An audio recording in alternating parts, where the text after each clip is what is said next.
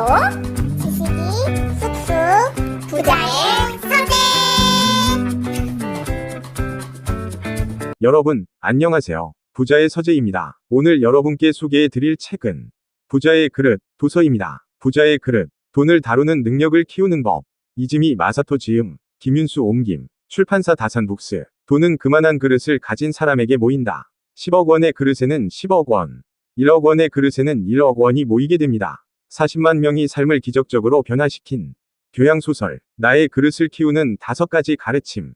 돈은 그 사람을 비추는 거울이다. 돈을 어떻게 쓰는지 보면 라이프 스타일을 모두 알 수 있다. 사람마다 다룰 수 있는 돈의 크기가 다르다. 그릇이 크지 않으면 어쩌다 돈이 들어와도 모두 나가버린다. 빚은 돈을 배우는 아주 좋은 재료이다. 빚은 나쁜 게 아니다. 부채와 금리를 잘 다루면 부를 얻는다. 실패란 결단을 내린 사람만 얻는 것이다. 실패를 두려워만 하는 이는 기회가 와도 도전하지 못한다. 돈의 지배를 벗어나라. 돈의 지배당하지 마라. 돈의 성격을 알고 공생하는 법을 깨쳐라. 에필로그, 자신의 그릇을 키우고 돈과 인생의 주인이 되는 법. 우리가 매일 취급하는 돈. 하지만 일본에는 돈의 본질에 대해 이야기하는 문화가 없다. 그래서 나는 오래전부터 사람들이 돈의 본질에 대해 자유롭게 이야기하는 계기를 만들고 싶었다. 이 책을 쓴 것도 바로 그런 이유에서였다. 내가 사업의 실패에 괴로워하던 시절의 실제 경험을 바탕으로 완성했고, 누구나 읽기 쉽도록 소설 형식을 취했다. 소설 속에는 수많은 조커의 말이 등장한다. 그중 어떤 말이 특별히 인상에 남는지는 각자 다르겠지만, 여기서는 개인적으로 강조하고 싶은 말들을 정리해보고자 한다. 돈은 그 사람을 비추는 거울이야. 나는 이것이야말로 돈의 본질을 가장 잘 드러내는 말이라 생각한다. 돈을 어떻게 쓰는지를 보면 그 사람의 습관, 라이프 스타일, 취미와 취향 등을 모두 알 수 있다. 시험 삼아 한 달 동안 자신이 사용한 돈의 영수증을 모아서 누군가에게 보여줘보자. 아마 그들은 당신의 식생활, 행동 범위, 취미, 성격까지 유추해낼 것이다. 즉, 돈이란 개인의 사고와 행동의 결과가 그대로 드러난 산물이다. 당연히 우리의 사고방식에도 크게 영향을 미친다. 예를 들어, 저금을 많이 하는 사람은 자기관리 능력이 높다고 해석할 수 있다. 또한 음반에 쓰는 돈의 비중이 높은 사람은 음악을 특히 좋아하며 취미생활을 중시한다고 볼 수 있다. 높은 수익을 얻는 사람은 오랫동안 실력을 갈고 닦으며 열심히 노력해왔다는 걸 알 수 있다. 반면, 겉으론 세상에 도움이 되고 싶다고 떠들면서 자신만을 위해 돈을 쓴다면 그 사람의 말은 설득력을 잃을 것이다. 자, 이제 조커가 일관되게 전달하려고 한 메시지가 무엇인지 여러분은 알아차렸는가? 그는 단지 돈이 소중하다고 말하는 대신 먼저 우리가 돈과 어울리는 방식을 돌아보라고 말하고 있다. 바로 거기에 진실이 담겨 있기 때문이다. 사람에게는 각자 자신이 다룰 수 있는 돈의 크기가 있거든. 이 말은 먼저 자신의 그릇을 키워야 그에 맞는 큰돈이 들어온다는 뜻이다. 그릇이 작으면 어쩌다 우연히 큰돈이 들어온다고 해도 결국 모조리 나가버리고 만다. 자네에게 돈을 가져오는 건 반드시 자신이 아닌 다른 사람이야.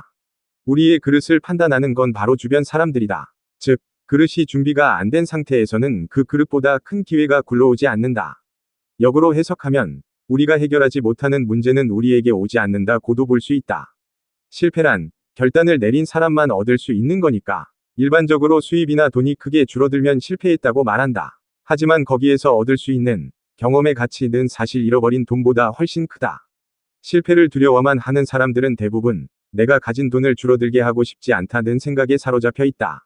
즉, 그들이 실제로 두려워하는 것은 실패가 아니라 돈이다. 그런 이들은 돈 걱정 때문에 어떤 새로운 도전도 하지 못한다. 조커는 그렇게 돈의 지배를 받고 사는 사람들에게 자신이 지금 돈을 어떻게 다루고 있는지 돌아보라고 간곡하게 말한다. 나는 자네에 대해 유추했지. 분명히 돈의 지배를 받고 있을 거라고. 마지막으로 조커가 강하게 전하고자 한 메시지는 편지에 적혀 있던 바로 이 말이다. 돈의 많고 적음에 따라 사회적 지위가 결정되고 돈 때문에 가정이나 사랑, 우정이 깨질 수 있다는 불안감.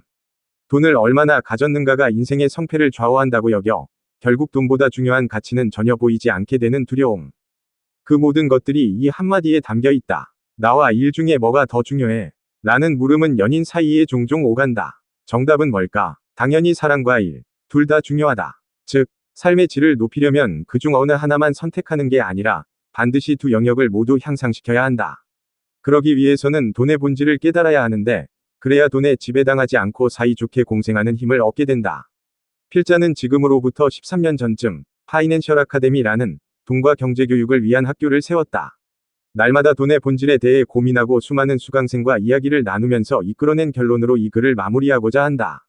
돈이란 신용을 가시화한 것이다. 조커가 자네에게 돈을 가져오는 건 반드시 자신이 아닌 다른 사람이라고 말했다.